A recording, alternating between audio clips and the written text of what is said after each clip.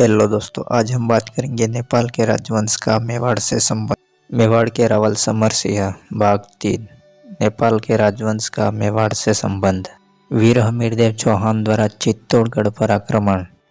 रावल समर सिंह के शासनकाल में रणथंभौर के वीर हमीरदेव चौहान द्वारा चित्तौड़गढ़ पर आक्रमण करने का उल्लेख मिलता है। इससे सटीक जानकारी मुझे अब तक नहीं मिल पाई है। संभव है कि भविष्य में हमीरदेव चौहान के इतिहास लेखन के समय इस विषय से संबंधित कोई जानकारी प्राप्त हो।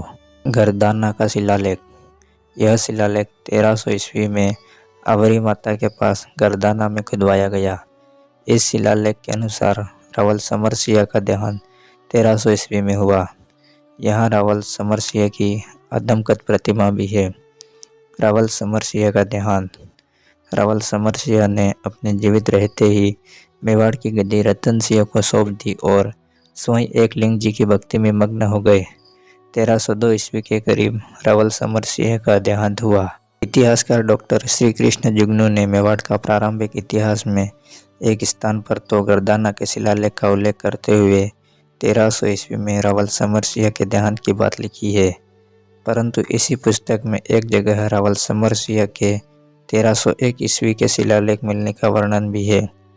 अन्य इतिहासकार 1302 ईस्वी में रावल समर सिंह के देहांत की बात लिखते हैं। एक पुस्तक में 1302 ईस्वी में रावल समर सिंह का अंतिम शिलालेख मिलने की बात लिखी है। बहरहाल मालूम नहीं कि सत्य क्या है, परंतु अब तक के साक्ष्यों से यही प्रतीत होता है कि 1301 से 1302 ईस्वी के बीच रावल समर सिंह का देहांत हुआ होगा। इस प्रकार रावल समर सिंह ने 28-29 वर्षों तक मेवाड़ पर सफलतापूर्वक शासन किया।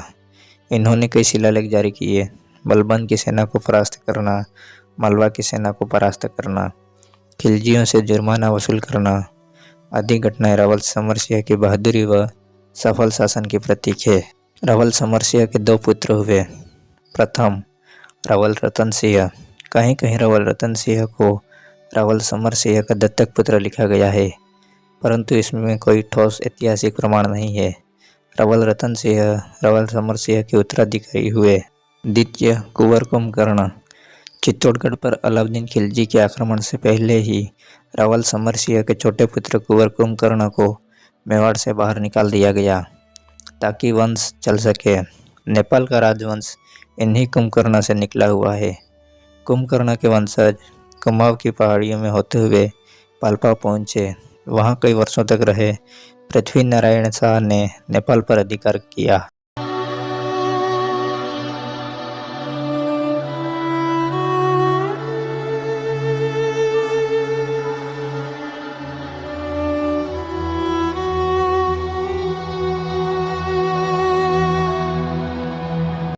मेवाड़ के इतिहास में नेपाल की वंशावली कुछ इस तरह है।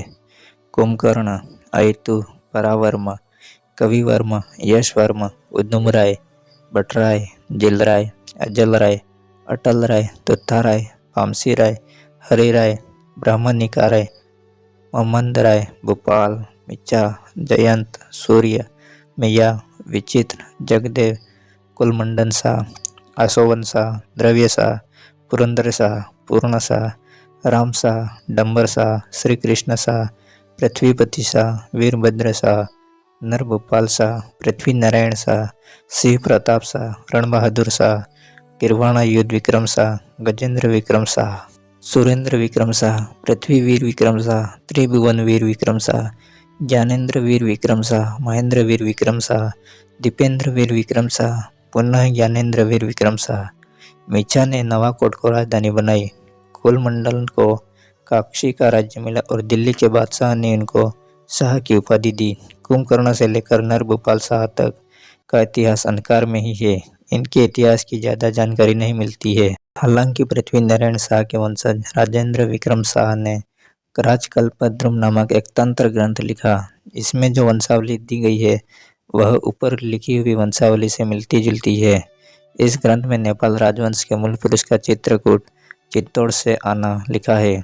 दूरी अधिक होने के कारण कई सदियों से नेपाल के राजवंश और मेवाड़ राजवंश में मिलना जुलना नहीं हो पाया, जिससे नेपाल राजवंश की संस्कृति काफ़ी बदल गई। बाद में नेपाल के राजा ने मेवाड़ राजवंश से अपने पुरखों की संस्कृति जानने का विचार किया। लगभग 1837 ईस्वी में मेवाड़ के महाराणा जवान सिंह के शासनकाल में नेपाल के महाराजा राजेंद्र विक्रम शाह ने मेवाड़ के रीति रिवाज आदि के ज्ञान हेतु अपने यहाँ से कुछ प्रतिष्ठित पुरुषों व स्त्रियों को भेजा। इन्होंने नेपाल महाराजा की तरफ से महाराणा जवान सिंह को गजनायक नाम एक हाथी भेंट किया। कवि राजा श्यामलदास लिखते हैं कि गजनायक हाथी ऊंचाई, लंबाई, चौड़ाई और खूबसूरती में बहुत खूब था। मैंने हजारों हाथी देखे पर उस जैसा हाथी फिर कभी नहीं देखा। गजनायक हाथी महाराणा शंभू सिंह के शासनकाल में मर गया।